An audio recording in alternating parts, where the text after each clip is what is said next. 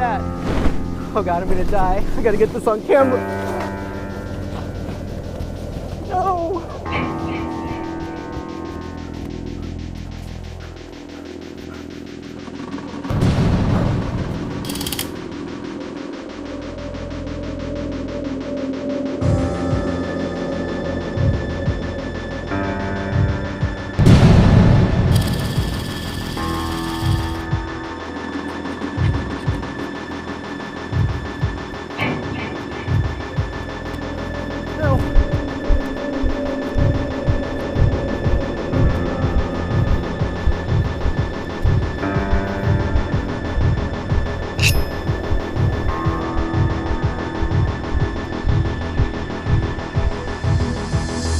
Hey everybody, welcome to the Marino Show. I'm your host, David Marino, and I'm welcoming back Jsu Garcia.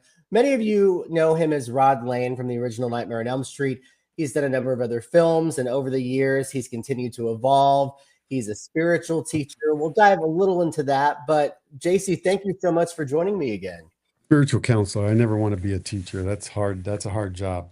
I'm doing great, and always great to be with you and the fans. And you hit me up on the Instagram, and I'm always available to you, obviously. Well, thank you so much. And one of the reasons why I wanted to reach out to you is because I think something you posted the other day really resonated. And I'll let you talk about it, but you talked about taking a step back from conventions, mainly because you want to have a more meaningful connection with the fans. So tell me what sort of sparked that shift for you when it comes to the whole convention circuit, because as you know, being in, having had been in the horror world, that's a huge arena for a lot of artists. And it seems to be a pretty lucrative kind of business for some, but go ahead and talk to me about the reason for that shift. Yeah, first of all, I retired. Thank you, David. Grateful to be here. I retired from acting like 14 years ago. So I'm doing my own thing that's more in the coaching and the spiritual side of stuff. And then I was kind of brought in around that time by a couple of fanboys, and it started like that. Fanboys were like, "Hey, man, you want to make some money?" And of course, I want to make money. And it was pretty cool. I got to meet, the year that Wes Craven passed away. I was in. It was the one time I think we were all together. I think not Freddie, Robert was there, Heather was there, Amanda was there. We were like together. It was really cool. And then I did a couple of other ones that it just really all went kind of downhill. I'm not being a victim, but I think, horror should be horror. And then Nightmare on Elm Street should just be Nightmare on Elm Street, not. And I got caught up in people that were representing me, and they would put me in large conventions where the voice of Halo, Bambi, and then Nightmare on Elm Street, and then some James Bond girls, and and then lots of space for the arena, the floor arena, like a convention to be sold and rented for tattoos, contests. The last big one I went to, David Arquette was doing wrestling while we're signing, like a guest. He was a guest star, and he did some stuff based on his movie. And I was like, it's just confusing. It's confusing for me, and that's okay. First of all, I'm a fan of David and everyone that goes to the convention, because that's the only place I get to see these actors that I admire. And then, first of all, above all, the fans, 100% respect, and 100% respect to the convention guys. Those guys are really conglomerate. They're very, listen, it's a production, and they're very good at what they do. And their game is to make money. I have no judgment on that. It's not, and I want that money. Okay. You want it, and I want it. And then we want to be fair to the fans. But with today's living cost, and to fly the what convention event guys were pretty much offering was very, it was a bit controlling, like the best agent in the world in acting never got more than 10%. And that was under union rules. And these cats, not only do I have to pay 10% to the person that got me there, but if I did group photos, it'd be like a 40% split, a 50% split.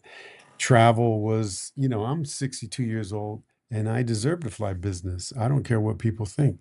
And they're flying you, they're not flying you. They're giving you like, a minimum to fly coach, especially if you're going way, I'm going to Cincinnati, maybe, but this is the UK and back. And I'm like, no. So we were negotiating back and forth. This is how it started. And I'm not doing a he said, she said. I'm like, I'm standing up for what I know I want. You don't want it? I really don't need conventions and I don't need signings and I don't need any of this. I'm 62. I do something else. But I really want to get paid and I want to see fans. Um, they just keep getting younger and it's kind of cool. You see, I'm 62, so I get my peers. I get my people that when I was 20 doing Nightmare, they're now in their 60s. That's kind of cool. Then you get the 40s, then you get the teenagers, and then you get the babies. And then it's hilarious. And they've all, except for the baby, they've all seen the movie. And that's fascinating. Now, that part I really dig. And so what I found was, a Robert England, you know, it's not whether he deserves it or I don't deserve it. He gets like 100 pounds per 100 person. And I'm like, you know what? You're up in the game, but you can't pay my flight. It's not happening. So I don't roll like that. And I was negotiating back and forth with these latest guys, and I didn't like it. And then I woke up, and because of COVID, I do remember my reps and after COVID that I could bring before COVID or during COVID. I was like, hey, bring the convention to me. Go ahead and mail me your items and I'll sign them. Remember, everybody was shut down. I did a little bit of that. It was kind of cool. And then these cats, and Nigel and Kieran from the UK and Gibraltar were like, hey, man, we got 17 people. Well, we got 17 items. One guy wants to meet you. Where can we meet? Let's go to Starbucks. I did that. And that's how it started. And then fly to Gibraltar, I've got 70 items, 30 items. And I'm like, that's right. And then I asked for what I want, like if it's a single, it's $100. If it's after that, it's $50. And I don't do deals anymore. There's no deals, there's nothing. And I just won't compromise what I believe I'm worth as an artist. I just dilute my image and who I am and my branding. Now, that doesn't mean I don't love the fans, but it's like, if you're going to give it to Robert, then give it to me. And the way I see it is you don't have my name in any of your items because I don't do conventions. And it's not because I don't do it because I'm trying to get back at people. It's just a hassle, and I lose money. I make more money coaching. But it's nice that I get to take some time off, go to a convention, and then meet, fans. They're amazing. This has nothing to do with fans. This has everything to do with the machine and the system. And I don't like it. And I don't have to be a victim to it. And I don't have to do it. So I woke up one morning, spirit. I'm all about the spirit, and my inner master, my Christ, just laid it out. I chat GPT'd it. That's my other friend. And I want to make a really nice email and letter, not to be insulting or anything, but really thanking the audience. I'm 62 as well. I don't know how long I've got lasting, and I have some Social Security, and I don't have savings. And you know what? You can contribute. You get my signature. You pay me what I want, and we have a nice interchanging experience, and it's not a bad thing. But I don't want to give my money or you give your money to a convention that already charges you the entrance fee, whether it be like all access. I mean, they really go crazy. Not to mention they got to pay the overhead. So I know what these convention guys are doing. But then I ended up, part of the deal is I got to give 50 8x10s for free. Do the math. So that's that. I just gave a couple of grand for free. And then I only made a couple of grand. And they paid some flights, coach, but I paid the business part. And I'm like, you know what? This is not, I'm not happy. This is not making these, first of all, it's my fault. It's my bad choice because I'm taking accountability. This is like, it's no different than when I would do movies and do a low budget film. Oh no, the agents would tell you, this is fantastic. It's going to the film festivals. You'll be great. And then it doesn't go to the film festival and they pay you $120 for the day. Now, this is my fault. No, it's not, I'm not judging myself, but I'm saying I'm accountable. I'm not a victim. So therefore, I will change everything and I will change the narrative and I will change this business. And I promise you, this business will change. And the United Artists that changed the business was Charlie Chaplin, you know, and I forgot the other two. But this is going to change, and I think we're on to something very nice. Like Uber changed taxis, this is going to change it. And I think technology is going to play into this. We'll no longer need a big guy to throw a convention where you can follow actors, maybe an app, some genius can create it. Very much like Cameo. Where's Jsu going to be? He's going to be at McDonald's. All right, I got 6 items. See you there. In fact, because since the announcement, I've got 2 people, companies meeting me, flying into Santa Monica with items, sitting in Santa Monica. And it doesn't say it, it doesn't, we deserve it as artists. And it's nothing bad. Companies will now fragment away from the convention and they will spend that money to fly all those items, uh, you know, 13 items, 100 items. And then we don't have to do that big, let's rent a big, giant hall. And by the way, conventions can be fun. I've had some really great time.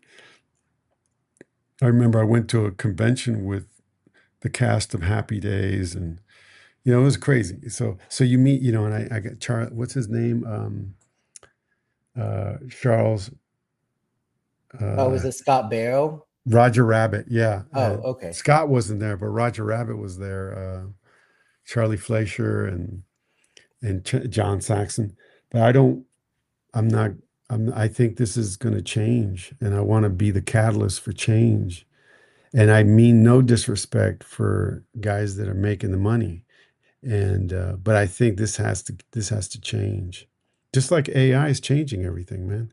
Do you know that I did, the Being Eddie Murphy documentary on Netflix? So I'm in it. I'm in it because I did Vampire in Brooklyn. And he talks about it and it flashes to, guess what? A scene with me in it. It's out of all the stars in it, I only did a day job on it. Wes directed it, so he put me in it. On the cut to, it's just me and 2 other cops. We're about to get killed by the vampire. And my union couldn't support me in getting paid. And neither did they ask me for permission. So if the union can't help you and you can't get paid, good luck. AI is going to do what it's going to do. So I'm not, I'm going to take care of my branding, my name. You want me? Come get me. I'm not going to do a convention.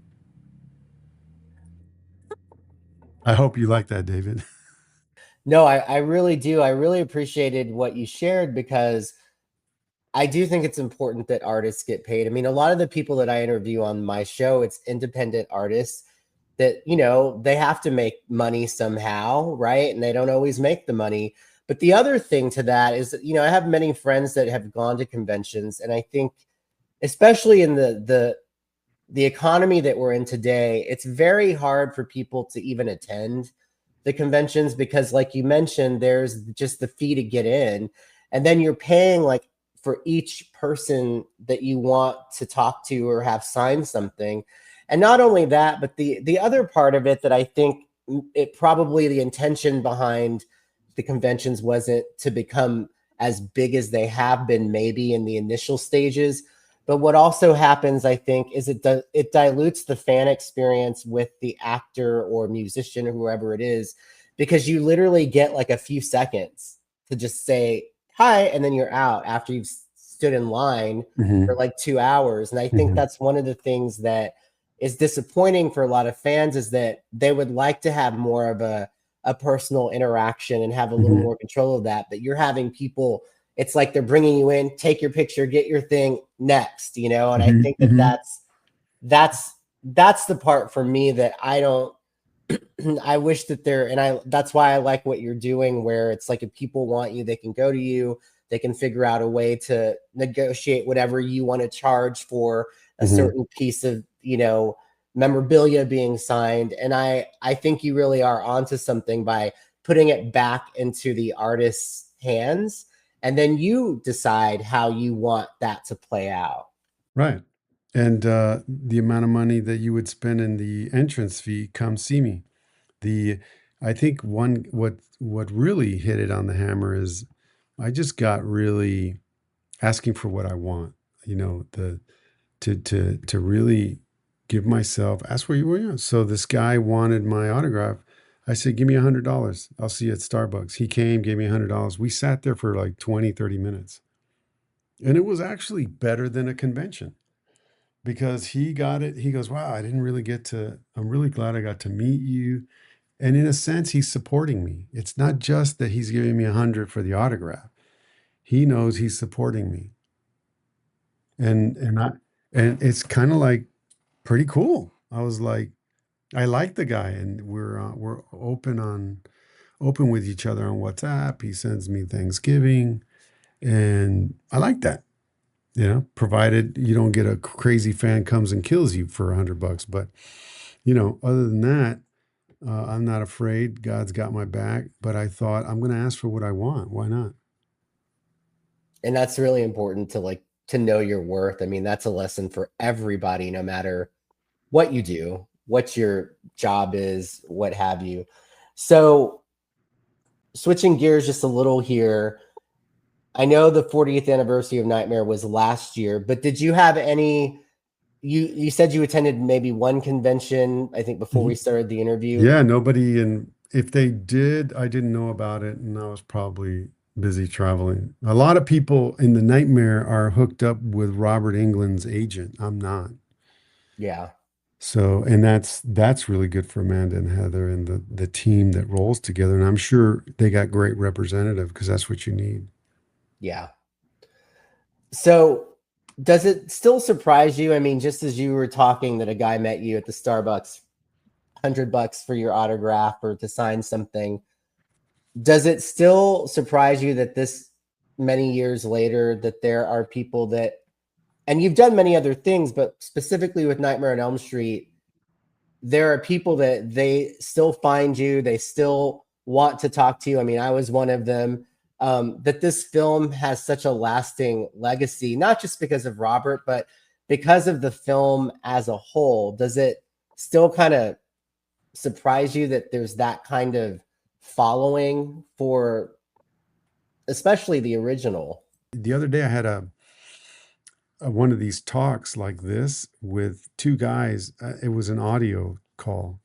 Two guys that they were kids when they saw Gotcha, the movie I did called Gotcha, and they were just thrilled that they were talking to Manolo. That's the character name from Gotcha. I was like, damn, these kids. And one ended up being a cop, and the other, they're all in Chino, and so I'm really, yeah, ever since they heard about it as well. I think ever since that, my contact's been with fans, uh, not with uh, convention hosts. It goes through my reps. Um, they're starting up a company, and I'd like to help them where they really support the actor. I did something with this guy called Nigel and Kieran. They flew me well, they gave me, I was already in Spain, but I took a train to Gibraltar, which is, it's British essentially. And they put me up in an Airbnb and just spoiled me. Went out to dinners, met the family. Everything was covered. And I went home with some money, signed a few things, did a couple of Q&As. And this guy's got it set up. Come visit. Also, it was really good for the film industry and the art industry of Gibraltar, and to kind of have that idea where you invite an artist over. It's such a small little country, or little, the Rock, we call it, the Jib. So I was fascinated with these guys, and they were young guys, totally. They make movies with all sorts of actors, and they're fans, and they made it work. And I just think you give it to the fans, take it away from the conventions, because it's kind of like taking it away from government and letting the uh, individual state go ahead and create something. We're renting the rooftop of the hotel. Come, you got a room, let's do it. You know, How is your spiritual coaching doing? I know in our last interview, we touched a lot on your spiritual work. And I always, I follow you on social media and I see that you travel here and there when you do post. How has that been going for you lately? um, it's been the best. It's the most.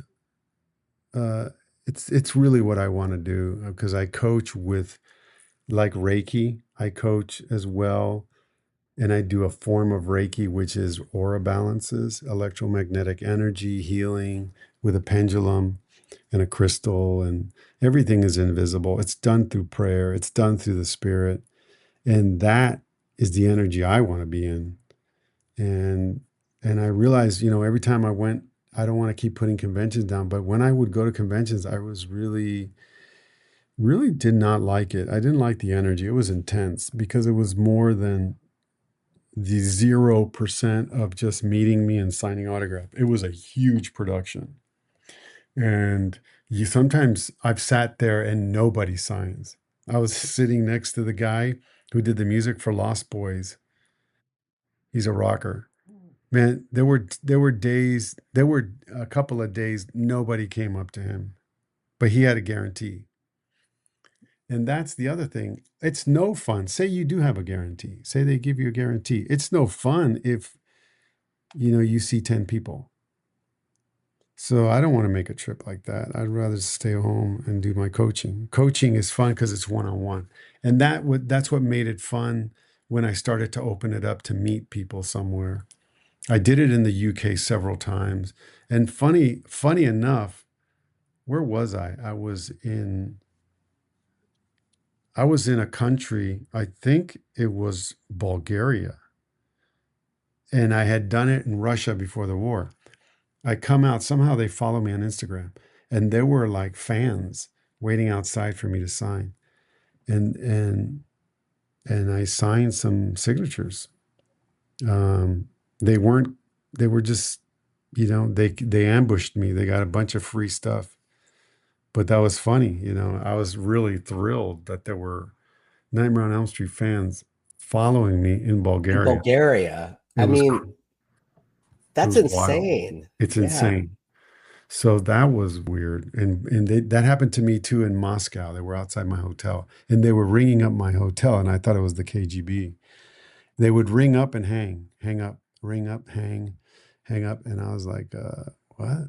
Anyway, they ambushed me coming back to the hotel, and it was some VHS tapes. Man, that's how long ago it was. Sometimes, in conventions they make you sign the VHSs, so I do that.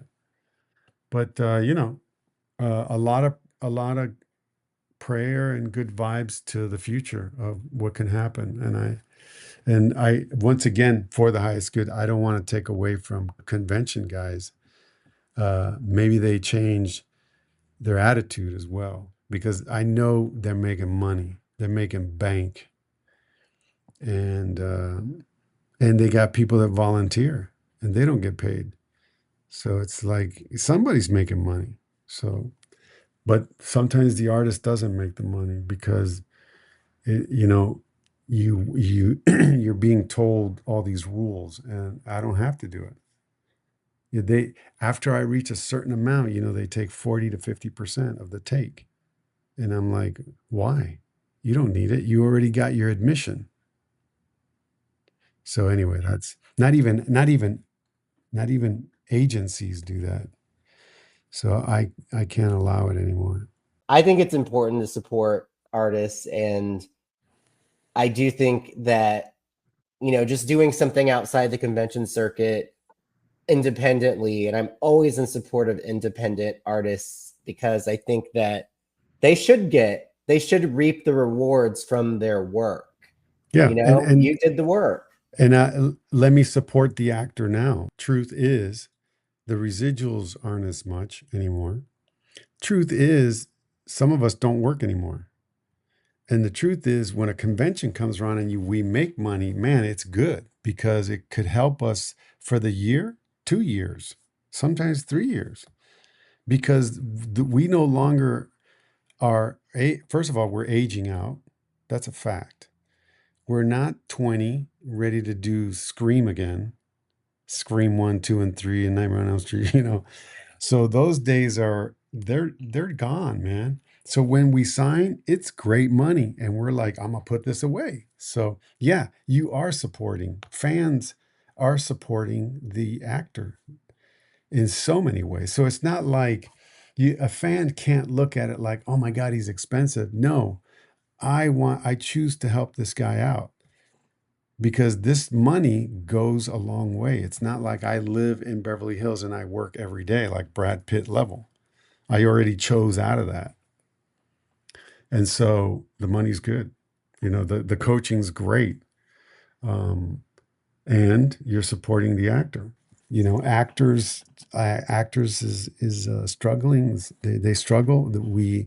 We our nest eggs are pension, and our nest eggs are. I live on a pension, which is great. Thank God. So all the working actors pay into it. Yay! The the residuals, man, they go down like that. So that was the nest egg and is the nest egg for a lot of actors. So this is to the fans out there, you are helping an actor more than just getting an autograph.